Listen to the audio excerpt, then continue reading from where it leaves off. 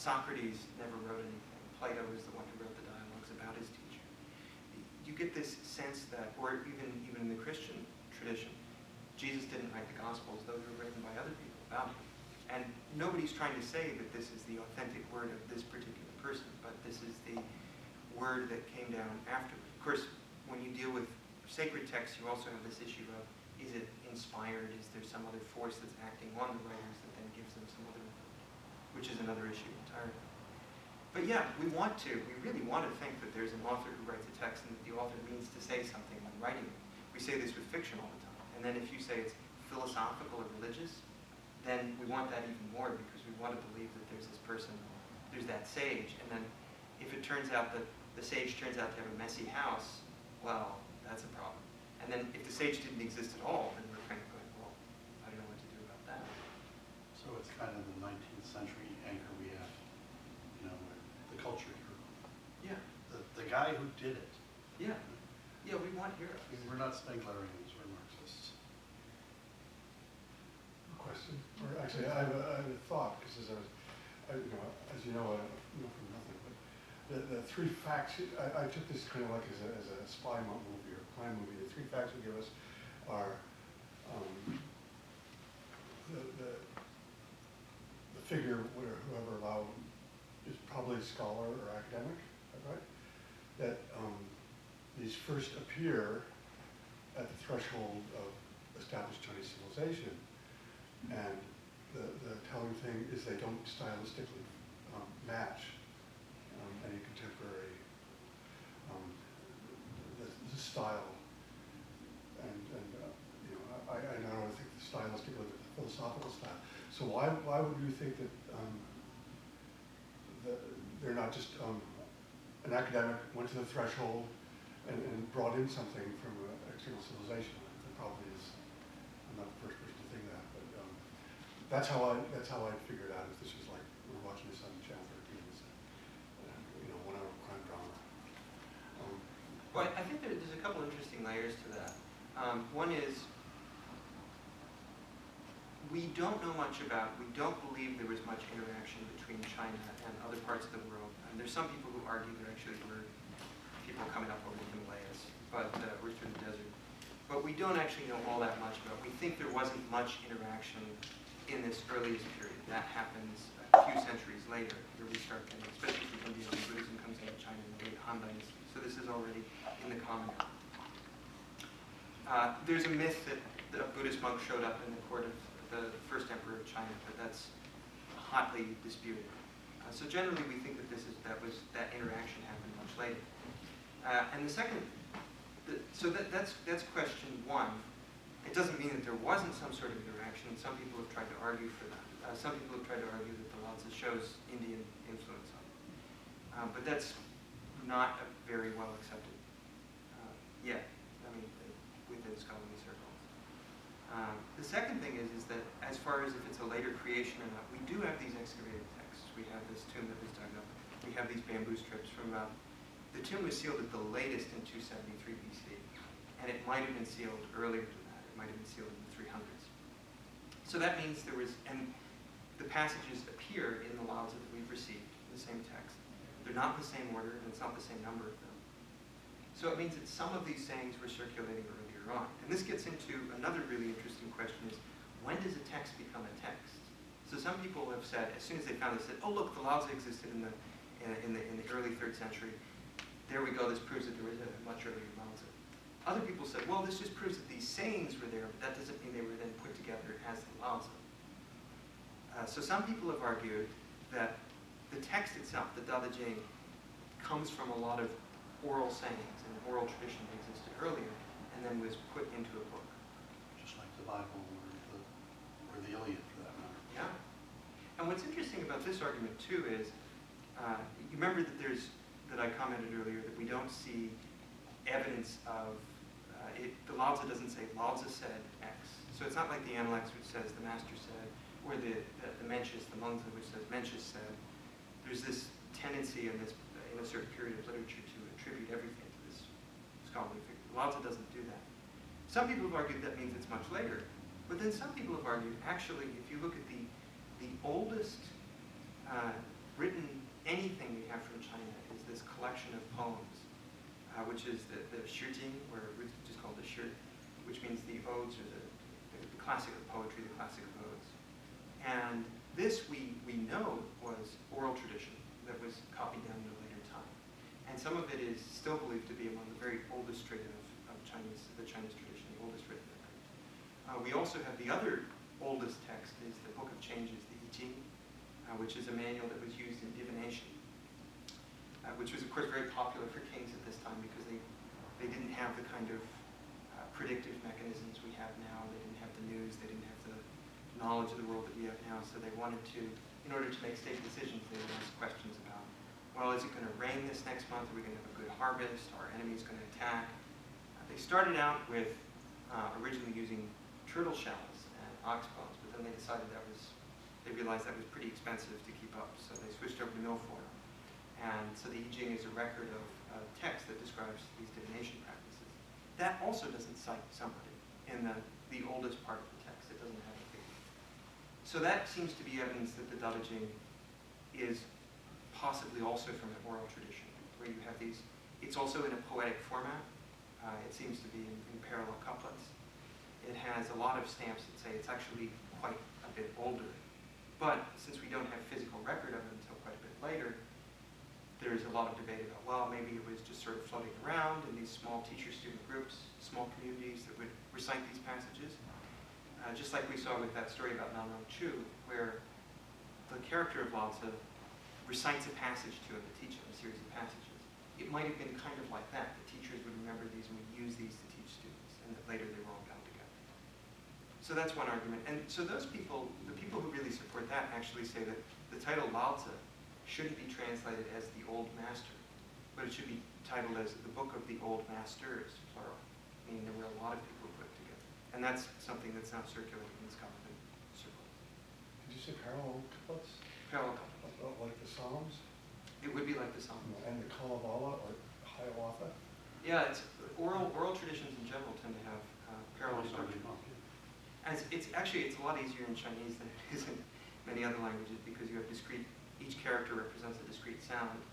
And so you can have things that are, say, in four is the earliest layer, and then you can have 5 becomes much more popular with the really standardized forms. And then they break all that up when you get to later periods, etc. So I have a question. First, thank you for your splendid lecture. That is really amazing. I mean, as a Chinese, I actually don't know most of the story, to be honest.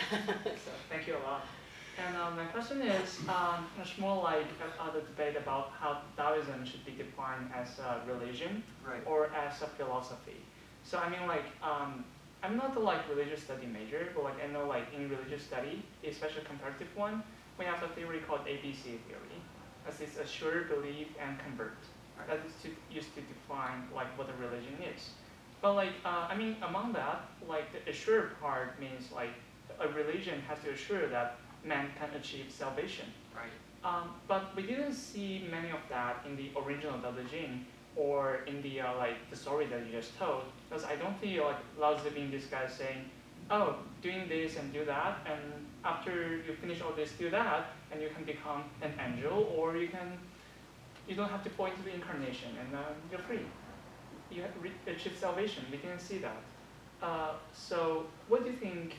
So how would you reconcile that point with the later Taoism, which they believe that by doing all this stuff, meditation or medicine, you can become you can just become a sage or even higher beings, while in earlier Taoism is not called like that. So how does the transformation happen? So, well, there's 2 questions in there. One is, do we define this as philosophy of religion, which is incidentally one of the most hotly debated topics in all of Taoist studies. So good question. And the second one is, how do we get to having a religious structure of Taoism? So I'll answer both these, starting first with the philosophy of religion debate. So traditionally there has been a divide between, just to make it, there have been a couple. There was an older one that was developed in medieval China, but the one that has been discussed most recently has been a division between what they called specifically philosophical Taoism and religious Taoism. The idea that was that philosophical Taoism was everything that came before the Han or into the early Han. It was basically Laozi and Zhuangzi in its earliest. In fact, the people who promoted it the most, it's not even Laozi because that's too mystical. It's Zhuangzi, and maybe Laozi sometimes. And then later that definition was expanded a little bit. And that relied on exactly the kind of model that you were mentioning, that there doesn't seem to be any sort of belief or system that promises that if you do these things, you will get certain rewards. And there isn't any evidence of a religious structure. So there are no temples. There are teachers, but they're not necessarily clergy. And there doesn't seem to be people who are adherents to the religious beliefs, although there are students. So it seems to have, for the people who are looking at this in the earliest periods, it seemed to have more in common with, say, what we would think of as Greek philosophical schools than it does with religious practice. Before you go on to the second part, can I interject something? When I was listening to you, I said, boy, he's looking at that through a 20th century lens. Yeah. You're wearing 20th century glasses, and I'm remembering some of this reading from some of the earlier times that, for example, adherents of other traditions like the Confucian tradition or the Moa's tradition, they look at Taoists as magicians, right? Okay, which philosophy, religion, magic, so we have more ways to look at that. And as I say, what did the people who worked it at the time think they were doing?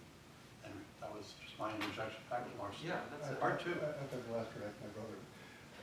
I mean, you said earlier that Chinese system of tenses is different, and would that reflect the Chinese concept of future and past? Which would address your question. Well, some people have also argued for that, just as an aside of that. Some people have argued that it enables a certain type of philosophy in books like the Daodejing, so there have been some scholarly arguments that say you shouldn't see it as talking about discrete nouns, but as seeing the world as ongoing processes. Because any noun can turn into a verb in classical Chinese, although you don't often see mountains turning into a mountain, but you could read it as mountains mountaining. You could, and that would make perfect sense in classical Chinese. You could write that. And in fact, one of the most famous passages in the Analects is when somebody says, so how did you make a good state? He says that the Fufu is the father's father, son's son, Lord's Lord, and minister's minister. And that's his definition of people do what they're supposed to do. But it's used in that kind of construction. So yeah, there's some interesting grammatical things that are going on. But also to answer the question about what did they say at the time, this is where it also gets complicated because we have the textual tradition. We have these texts like the Daodejing or the Zhuangzi, but we also have these people who were practitioners who were going around and creating elixirs of immortality. It was going on at the same time. Now some people have said, were these the same group? Were they different groups? Early on, and you're also right to say this is a 20th century lens because it was during the 20th century this discussion about philosophical versus religious Taoism is really strong. And it also, we could say, is specifically a very Western lens of defining how a religion should function.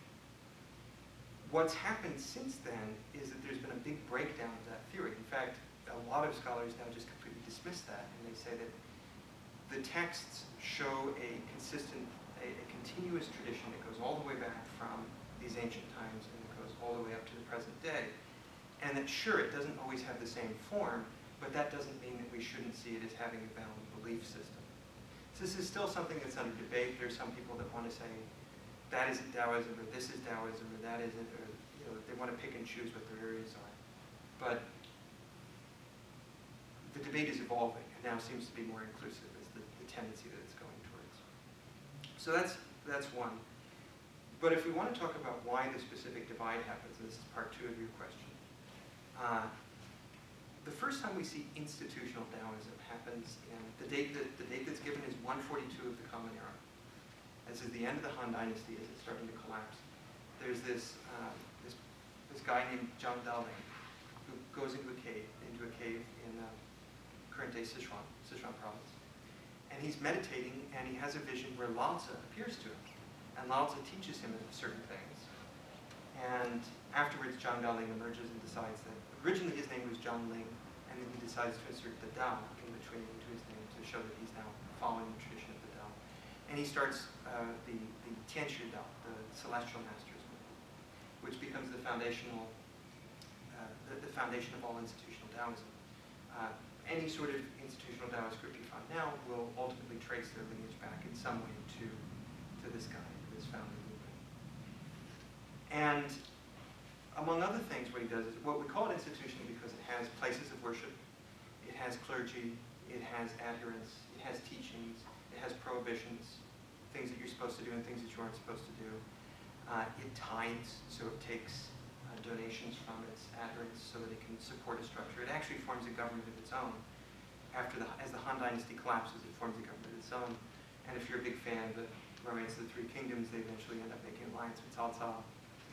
So they fit in as a big part of that story as well. Now, it's also important to distinguish them from, there was another group, so they're down in Sichuan, and there was another group that was up kind of closer in modern-day Shandong that was forming a whole other Taoist group. These are the Yellow Turbans. And they were the ones who were actually violently going around and fighting people. And they were the ones who were also violently suppressed. So again, if you're a fan of the Three Kingdoms, those are the guys that they're actually fighting with, who are also Taoists, and they're also named Zhang. They're three brothers named Zhang. I don't know why they were all named Zhang at this point, but that was just how it turned out. They aren't the ones who were seen as the founders of the institutional Taoism. They were peaceful. They didn't do anything. But what's interesting about this is Laozi fits into this story, not just because he appears in the vision, but the earliest text we have from them is this commentary that's called the Xian'er commentary, is the name that's given to it, which is actually really weird when you translate it, because it literally means, if you translate it literally, it means thinking of you. And we don't know why it has that name. It's sort of bizarre. So most people just say Xian'er. It sounds strange to say. The thinking of you commentary on the Laozi. Greeting cards. Like a greeting card, yeah. And it is a line-by-line commentary on the Daodejing. And it's interesting because it puts these values of this growing religious movement into the text of the Daodejing. So there's this famous passage in the Daodejing where it says that the sage treats the myriad things as straw dogs. So again, if you've seen the Sam Peckinpah movie, that's where he got the idea from. Straw dogs. Now, a lot of the other commentators who come along later say that they talk about the straw dogs as being, they gloss it as being this thing that was used specifically in a ritual performance. That was, during ancient rituals, it was put on an altar and worshipped as a proxy for a divinity at the time. And then after the ritual was over, it was discarded because the power that was in it was no longer there. It had served its purpose and it moved on. So they gloss this as a passage meaning that the sage treats things as they are with respect in the time when they need to be respected and then moves on afterward. But the Xian'er glosses this totally differently, and it says, well, this is how this other figure in Chinese history, the yellow Thear, Huang Di, who's another mythical figure associated with early Taoism. In order to show people who were heretics, who were outside of the tradition, he hangs straw dogs over the gates to their village. And so this is how you mark out heretics. We'll put these chugok, these straw dogs up there. Which is a completely different reading. But what was the quarrel about? Between these commentaries? One with the people. Yeah, with those people. Well, see, this How is do what... you decide they're outside of the circle? Well, this is what happens with the Xian'er, is it's the first time that we see, this is the other thing about saying it's an institutional religion, it designates orthodoxy and unorthodoxy. So we've got A and B, and now we got C. Right? So that's why people say this is a religion. It seems to differentiate all. And then stories about Laozi get even more creative and more elaborate after that. He becomes an alchemist. He becomes an immortal. He becomes a being that existed before the beginning of heaven and earth as a manifestation of the Tao. And then he forms the cosmos from his body, which is an adaptation of another earlier myth. There's, and they continue to get more elaborate from there. One of them, so the story is he travels to the West, right? So in one of these, there's a whole text that's devoted to him going to the West, and he keeps going, and he ends up in India, and he becomes the Buddha. And then he teaches all those people in India about Buddhism because they need to learn that. So this becomes part of the tradition, this ongoing, growing story narrative about him. And then they get even more creative. So there's some interesting ones where he actually is an example of a virgin birth myth. where his mother, poor mother, has to carry him for 81 years in her womb. And then after this extremely long pregnancy, she leans up against a plum tree, and Laozi is born out of her left armpit. And then after being born, he takes a few steps, he turns around, he points at the plum tree and says, that's going to be my name, because the word for plum tree in Chinese is Li, and that's the surname that is traditionally given to Confucius is Li, all the way from the records of the grand historian until afterward. Chinese they love not so much. Yeah. Now, interestingly, about this story, you may say this is really weird, getting born with the armpit. They're actually cribbing it from another story that existed about the Buddha, who was born out of his mother's right armpit. And then he took a few steps, and then he made a pronouncement about how he would save all the myriad beings in the world. So there was already a Buddhist overtone to this myth. And Laozi continues to be a very important religious figure. So if you go to a lot of Taoist temples now, and you go to the most sacred part of the temple, you'll find the area for the three pure ones, the Sanxing, which this is usually the most sacred center of the temple. And Laozi is one of them. He's on the left, if you're looking at the three figures, he's got the gray beard, and he's given the name of the celestial worthy of Dao and De, the way and the power, the same as the title of the classic Daodejing. And he's seen to represent in this Trinity, he's seen to represent a manifestation of teachers of Taoism, which fits again with his role of being an archetypal teacher. So he's been elevated to the status of a god, and again, this myth, depending on which tradition you're from and how you read who Laozi is, you read the text really differently. If you think he was this great alchemist, you read it as an alchemical text. If you think he was a god, you see it as a divine text. If you see him as a philosopher, you read it as a philosophical text. So that changes the way it's read in each situation. I have a question. I'm not very sure whether my impression of the current situation is accurate, but I personally think right now in China, the status of Confucius is a lot higher than Laozi. Like, people pay more attention. Like, what do you think is the reason that led to this situation? Is it because like the Confucius believes his saying is more conducive for the like how you govern it country, or is there any other reason? But then, as we said, Laozi is a teacher, so there will be like continuation from Laozi to like what Confucius thinking should be, and what makes the teacher less important than the student. This is a very, well, it's not just in modern China, but for most of Chinese history, Confucius has been held up over Laozi, unless you happen to be one of these Taoist adherents, in which case By governments, anyway. by governments. I mean, part of this is demographics, if you think about it, is that who were the people who adhered to the different philosophies. So from the very earliest times, the people who followed Confucian philosophy were the educated elite who ended up running the state. And the story about this is it goes back to those debates during the Han Dynasty between the Taoists and the Confucians. The Confucians effectively win it, although there's now some debate about that because the guy who won it mostly just had the right to be able to teach future generations in the Confucian classics. But that's a kind of victory. Whereas the people who were advocating the Taoist tradition, they were branded as traitors and they were executed. So, go figure. So I guess it's a victory from that perspective. Confucianism is about order, Taoism is about chaos from the government perspective. And this is true also, this is the other thing, is from the perspective of their philosophies. Confucianism emphasizes social harmony. Everything takes place within the social world. The highest authority is the social structure. And the most important thing is maintaining that harmony. First of all in the family, but then extending that out and mirroring it in relationships within the social hierarchy within the state. So the emperor becomes the father-mother figure for everybody in the empire. And you're supposed to transfer the filial piety you get from relating to your parents, you're supposed to transfer a version of that then to your direct lord and ultimately to the ruler of the state. Then it also advocates a system where you have a highly educated class of bureaucrats who produce the functioning apparatus of the state.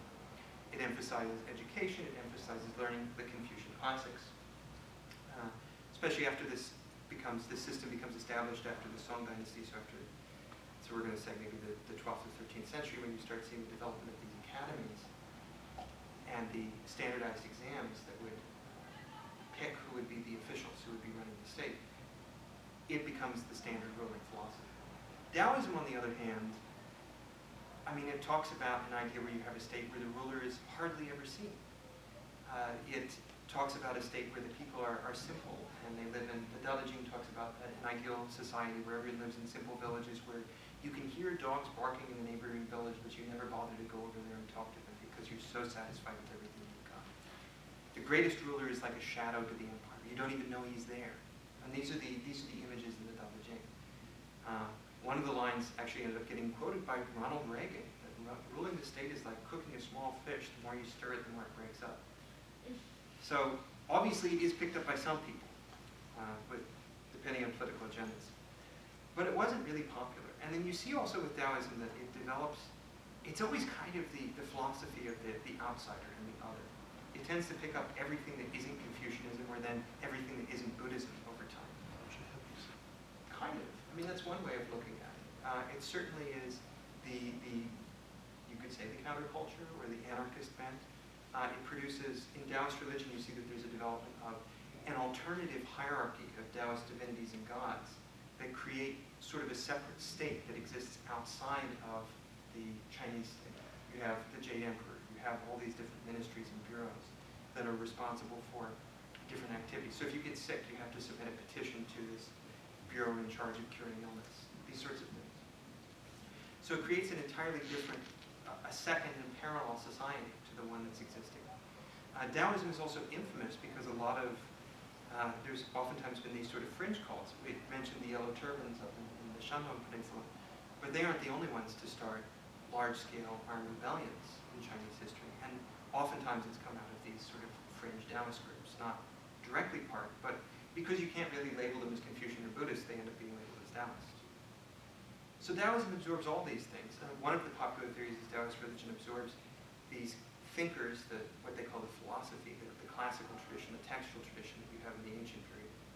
It absorbs alchemical practices, both those that involve actually physically mixing different chemicals and ingesting them, like ingesting mercury was very popular. And then you have the popular folk religions, as it's usually described. You have the different local gods that you worship and that you hope for in different aspects of fortune or good ability, success in life. And that these all kind of get brought together in the same umbrella. Because that was the group where you would go to if you weren't going to be Buddhist or Confucian. I had a question, but it was for them, not for you. I mean, for all of you with the Chinese tradition, which doesn't David and me, I don't know about you guys. What do you do to cultivate your luck? You know that goes on, right? I mean, various practices, various people, and it's different. And some of it you get from your family, and some of it you pick up from other people along the way. But don't you cultivate your luck? Luck. Your fortune, whatever. I mean, I tend to believe that you do the right things and the luck comes along. One of the things, okay, that's popular here in the States is feng shui. Oh. People do things to cultivate their luck.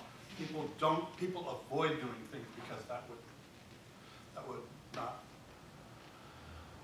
I'm thinking of this, okay, we were talking about the origins of Taoism and the history of Taoism and how the outsiders, but so many things, it's not like I walk under ladders and although they have a black cat, I certainly watch out where it's going. I don't throw salt over my shoulder, but there are many things that we all do, and I know that there are many practices which are particularly belong to the various Chinese traditions. Some, as I say, come down in families, and some just from the part of the country you live in, and some are pretty general. Yeah, pretty much. I mean, like where I come from, like a lot of people do believe in feng shui, and they put all kind of stuff in their homes in order to improve that. Like all the kind of statues, like plants, or even like the designs, inner designs of the house. Do you do anything before you take an exam? Well, it's not an exam, but I think I want to bring up something. Is that my father works in property, so in Singapore it's supposed to be secular, meritocratic. So we try to keep, especially in property, you get the idea of feng shui. So my father says that when he's building something, there's this conflict because you're not supposed to, incorporate this idea of feng shui because it runs counter to secular government. But at the same time, it's there. People believe in it. So this idea of incompatibility, and I think it's ultimately like a silent compromise in which you do a bit of it under the radar. Secret Taoism. Secret Taoism. So Yeah. this is the way Singapore works. What about you, No, numerology? we don't have any of this. Numbers? You don't do anything before you take the test? Yeah, so, yeah, I think people view that, so if you do good things for purpose, that might potentially bring you some good luck. Yeah. Yeah, I think it's the same here, I think. Sure. Yeah. I'm just saying. And also, there's many of the traditions are combined with like Buddhist practices, like believing in karma, and also like it's just like the Chinese religion. Like we have this like 儒道习合, 儒道佛习合, or like the Confucius, like like Daoism and also the like Buddhism actually come together. Like we can see like all these traditions like combined. So like sometimes it's actually from like the Confucianism, sometimes come from Taoism, and sometimes it's just the Buddhist practices. Well, it's interesting bringing up something like feng shui because it's oftentimes associated with Taoism. It kind of falls under the Taoist umbrella. And in fact, if you want to find some of the most heavily feng shui analyzed spots, go to a Taoist temple because the way that they're structured is completely based on feng shui. I mean, they do all kinds of strange things. Like I was recently at Baiyuan in Beijing, which is the head of the Taoist Association, head of Taoist Association Temple now. And there was one, I was going around with a Daoshi, a Taoist priest, and he points out that there's this one building where there's this doorway on the second floor at the end of the balcony that just opens into nothing. And he points this doorway out and he says, well, you see that? That's because according to feng shui principles, we need to have a door that opens to the east to let the light in. But we can't actually have a door there because of the way the temple's built, so we had to put in this non-working door to be able to fulfill these principles. And you'll see that in the whole way that it's laid out. If they can, ideally, they'll set them up on mountains to try to fit in a certain frame. So all that stuff is really important to the way that the Taoist temples are built. But you'll also hear people saying that feng shui isn't really Taoist per se. Now, a similar argument, for example, gets thrown around with Tai Chi Chuan. So Tai Chi Chuan or Tai Chi is oftentimes said to be, this is a Taoist thing. And in fact, the guy who's supposed to have invented it, Zhang Sanfang, is supposed to have been a Taoist priest who lived on Wudangshan and came up with these strategies. But historically, if we look at it, Tai Chi Chuan was developed in several different families that were not necessarily, I mean, sure, they were practicing Taoism, but they weren't Taoist clergy, to the best of our knowledge, as far back as we can trace. We can't go all the way back to Zhang Sanfang's time, but of the stuff that we know. And there's nothing about Tai Chi Chuan that is inherently specifically Taoist.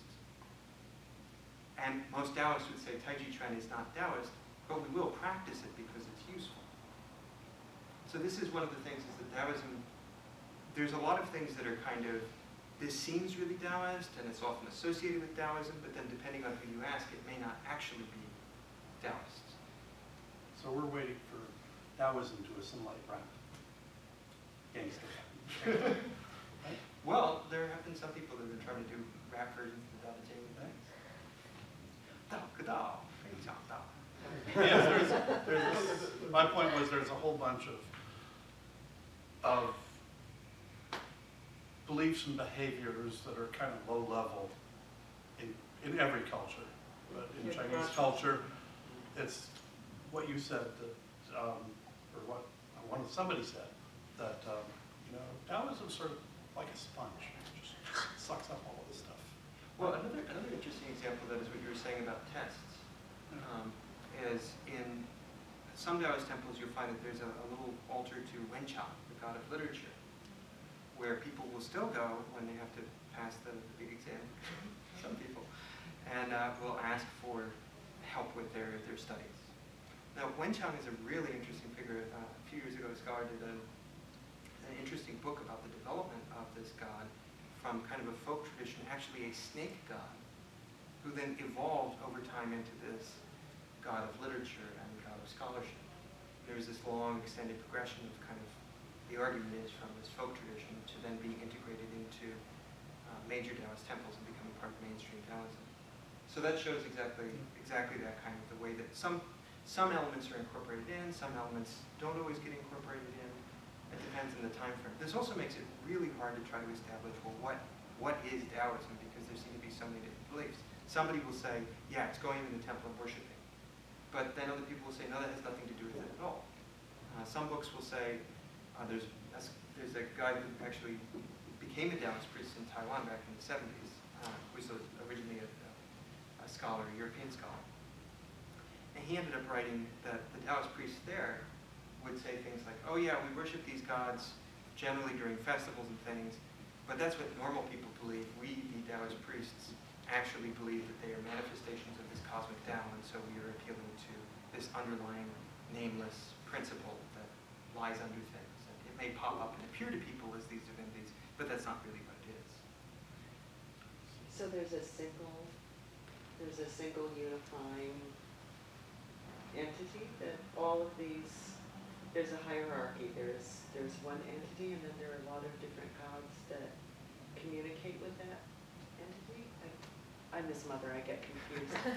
Sorry. Well, yeah. So one of the interpretations is that you have underlying everything. You have the Tao, the way, which is this.